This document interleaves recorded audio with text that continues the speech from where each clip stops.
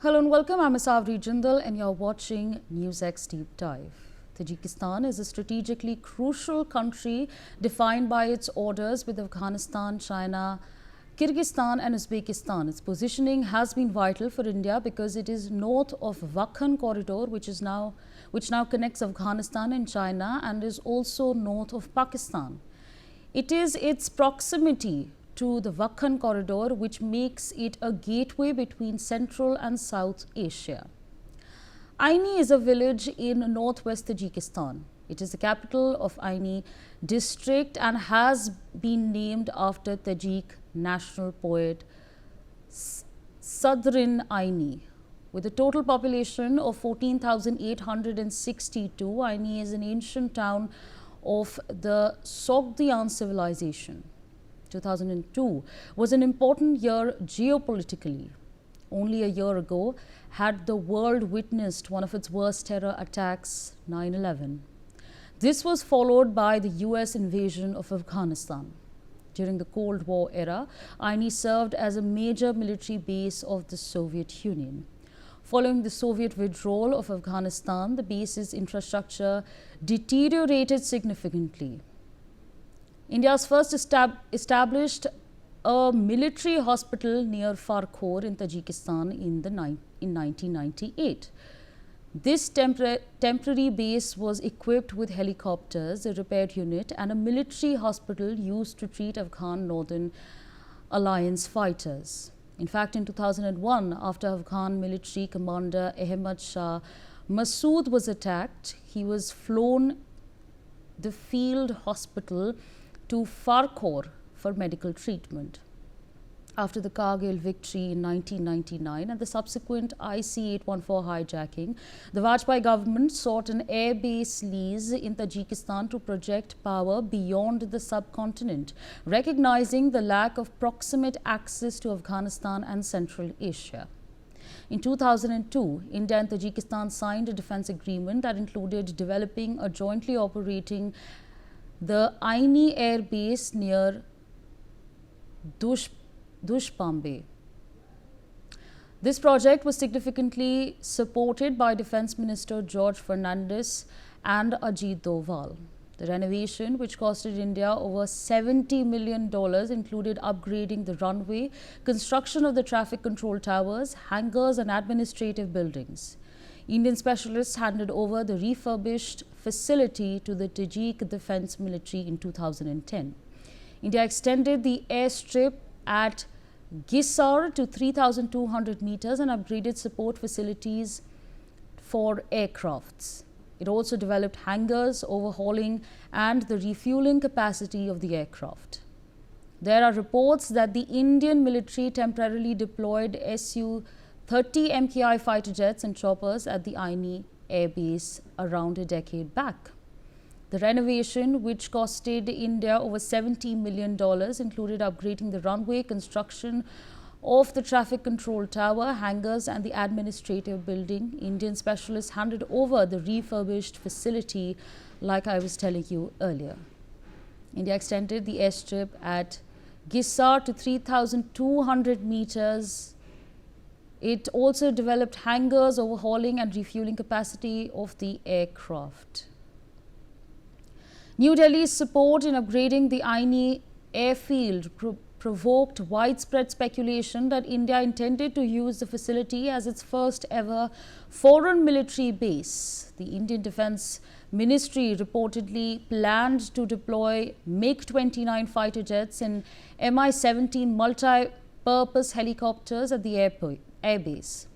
The deployment of elements of the Indian Air Force in Tajikistan made perfect sense, as this would improve New Delhi's response capability to potential crises in Afghanistan and Pakistan and help it become a major player in energy-rich Central Asia. When former president of Tajikistan, Emomali Rakhmonov, was pressurized and asked about India's assistance in building this base, Rakhmonov rebunked Russia and others who refused to help Tajikistan in building an alternative airport outside its capital, Dushanbe. The airport was damaged during the civil war in the wake of the breakup of the Soviet Union and the formation of Tajikistan. India's assistance, he said, was offered when no one else came forward with any workable proposals. So what has changed in the past 20 years is the question that looms large. This is the satellite image of Ayni Air Base today. On your screens, you can see about 16 helicopters and 2 aircrafts along with the hangar facility India built. Now, India has rounded off its operations at a strategic airbase in Tajikistan after helping it run since 2002. The Indian military's withdrawal from the Ayni airbase reportedly came after the bilateral agreement between the two countries lapsed in 2022. India pulled out its personnel and military equipment from the airbase in 2022. The facility had a detachment of Indian Air Force helicopters, a repair facility and maintenance equipment. The airbase in Tajikistan served as a key logistics hub for India. However, after the Taliban took over Afghanistan in 2021, the utility of the base diminished and the agreement for India to operate it was not extended. Tajikistan's reasons for not extending the lease was reportedly the pressure from Russia and China over non-regional military personnel at the base. It is now reported that Russia has re-established its presence at the base. Tajikistan's reasons for not extending the lease was reported the pressure from China as well as Russia. Well, India has now completed the pullout, marking the loss of an air base in Tajikistan. Joining us to take this conversation forward is Group Captain Tapesh Chaudhary, former Indian Air Force officer. Thank you for your time, sir, speaking to us on NewsX. So what do you make of the decision that has been made?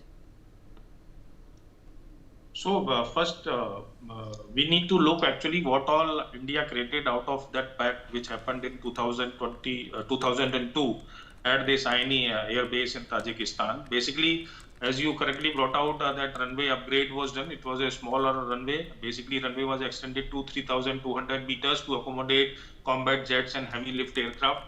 Air traffic control system was established. Hangars were established. Fuel storage capacities were increased. Hardened shelters were made.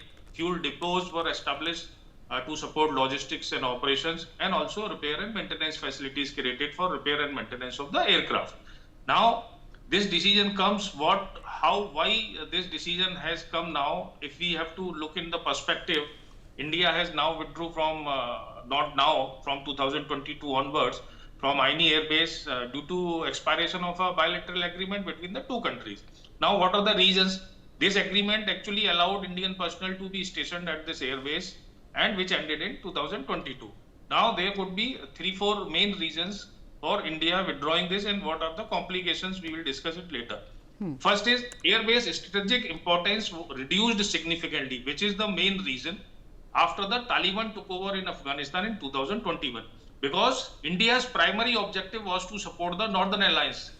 But with the Taliban rise to power, the base's utility has reduced drastically. So this is the most important reason.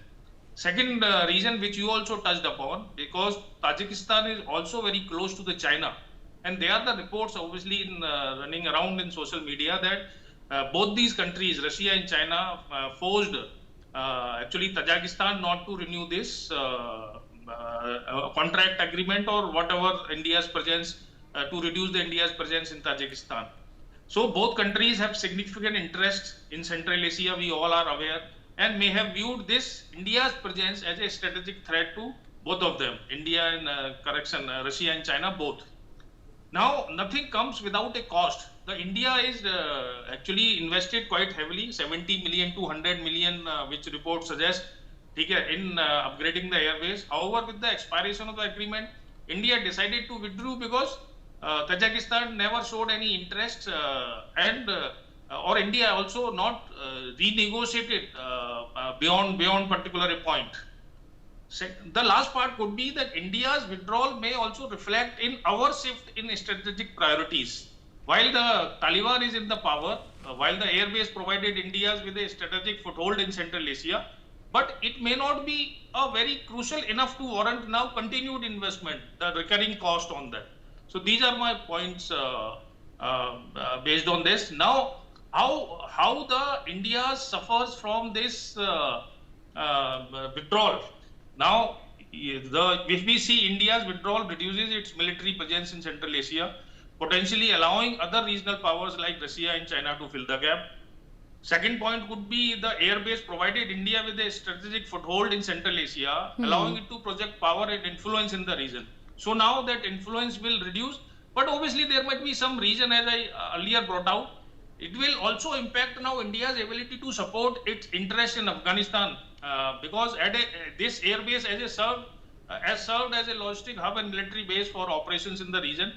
But more so now, India is also supporting Taliban now. The Taliban foreign minister visited India and we have good relations with. Earlier we were against the Taliban and supporting Northern Alliance. But now India supporting Taliban, it would have been better India continued its presence in Tajikistan and Ayni airbase. Now this withdrawal will maybe seen as a shift in regional dynamics with Russia and China potentially increasing their influence in Tajikistan and Central Asia. And as the report suggests that Russians have already took over this airbase. And obviously withdrawal may impact India's connect Central Asia policy, which we have been following for a long time, which aims to strengthen economic and strategic ties with the Central Asian countries. Right, absolutely. Back to you.